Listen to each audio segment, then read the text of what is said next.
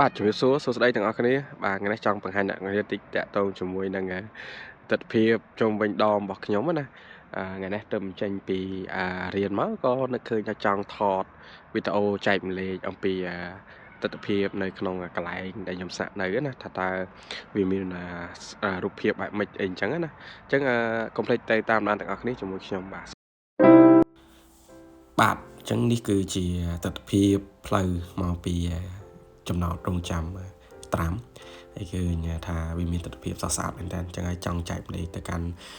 បងប្អូនទាំងអស់គ្នាហើយនេះគឺរដូវស្លឹកឈើជ្រុះហើយអញ្ចឹងហើយរាល់ដើមឈើទាំងអស់ភាគច្រើនគឺអត់មានស្លឹកទេហើយឥឡូវនេះគឺយើងចាប់ដើមចូលរដូវរងាហើយអញ្ចឹងណាហើយស្ថានភាពដែលខ្ញុំកំពុងតែថតនេះគឺអាកាសធាតុដក2អង្សាប៉ុន្តែដោយសារបរិយាកាសនៅក្នុងថ្ងៃនេះល្អក៏ខ្ញុំសម្រេចចិត្តថាខ្ញុំនឹងធ្វើវីដេអូនឹងឲ្យបានដើម្បីចែកជូនទៅបងប្អូនទាំងអស់គ្នាដើម្បីជាការទស្សនាកម្សាន្តបាទហើយនេះដើមឈើដែលបងប្អូនគ្នាបានឃើញនេះគឺពេលដែលរដូវ autumn ស្លឹកឈើជ្រុះហ្នឹងស្អាតមែនតើនេះគឺអគារទី1ដែលកន្លែង reserve ណាបាទពេលដែលអ្នកគ្នាមកដល់គឺត្រូវចូលទៅកន្លែងហ្នឹងហើយខ្ញុំក៏ចង់បង្ហាញទស្សនវិជ្ជាកន្លែងចំណតឡានហើយដោយដែលអ្នកគ្នាបានឃើញនៅពីមុខអគារហ្នឹងគឺតារាងបាល់ហើយតារាងហ្នឹងវាគឺជាពហុកីឡាអាចលេងបានច្រើនប្រភេទកីឡាមែនតើទាំងបាល់ទាត់បាល់ទះនិងបាល់បោះផងដែរហើយនេះគឺជាអគារជារួមទាំងអស់គឺមាន4អគារធំៗនេះគឺជាអគារស្នាក់នៅនិងមានអគារកង់ទីន1សម្រាប់យើងទទួលទានអាហារថ្ងៃត្រង់ឬល្ងាចអញ្ចឹងណាហើយអគារដែលខ្ញុំស្នាក់នៅគឺអគារពណ៌ទឹកក្រូចហើយនេះគឺជាទស្សនវិជ្ជា neighbor នៅក្នុង building ហ្នឹងហើយកន្លែងដែលខ្ញុំស្នាក់នៅនេះគឺធំមែនតើអញ្ចឹងទស្សនវិជ្ជាដែលអ្នកបានឃើញនេះគឺជាអគារមួយដែលស្នាក់នៅរួមគ្នាក្នុងមួយបន្ទប់2នាក់ប៉ុន្តែគាត់ប្រើប្រាស់ផ្ទះបាយរួម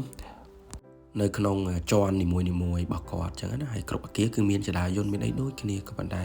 គឺការរស់នៅបែបហ្នឹងសម្រាប់អគារនេះគឺអគារដែលខ្ញុំស្នាក់នៅផ្ទាល់តែម្ដងគឺនៅក្នុងមួយបន្ទប់យើងរស់នៅគ្នា2នាក់ប៉ុន្តែក្នុងមួយបន្ទប់ flat ហ្នឹងគឺវាមាន4បន្ទប់បាទហើយនេះគឺជាកន្លែងសម្រាប់យើងផ្លាស់ប្ដូរកម្រាលពូកដូចអ្នកគេបានឃើញអក្សរហ្នឹងឯងគឺ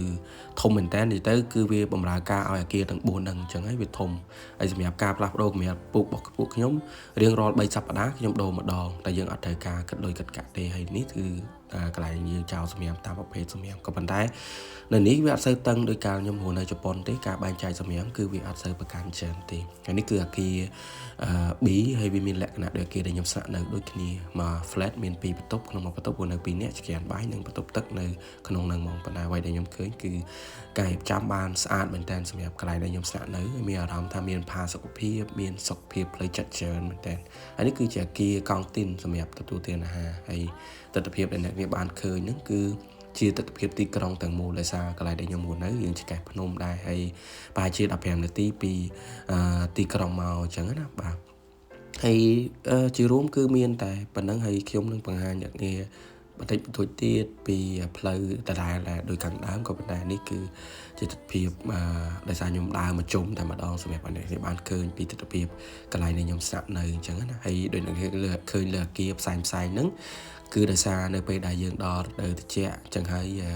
រដ្ឋាភិបាលនៃប្រទេសឆែកនេះគឺគាត់ធ្វើការគ្រប់គ្រងទាំងអស់អគារនៅក្នុងទីក្រុងតែមូលហ្នឹងអញ្ចឹងគឺគាត់ចាប់ផ្ដើមបើកម៉ាស៊ីនកម្ដៅអញ្ចឹងនៅក្នុងបន្ទប់នីមួយៗក៏ដូចជានៅក្នុងបន្ទប់ទឹកអីហ្នឹងគឺយើងមានម៉ាស៊ីនកម្ដៅអញ្ចឹងសម្រាប់ពេលដែលយើងរស់នៅក្នុងបន្ទប់គឺយើងអត់មានអារម្មណ៍ថាក្ដៅទេគឺមានអារម្មណ៍ថាកក់ក្ដៅច្រើនមែនទែន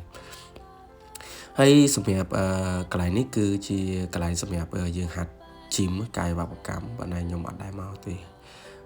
ហើយនេះគឺជាទស្សនវិជ្ជានៅក្រោយបន្ទប់របស់ខ្ញុំបាទគឺស្អាតមែនតើស្លឹកឈើជ្រុះមកបែបហ្នឹងហើយបរិយាកាសបែបនេះស្ងប់ស្ងាត់ល្អមែនតើងាយស្រួលសម្រាប់យើងក្នុងការសិក្សាហើយនេះគឺជាកន្លែងសម្រាប់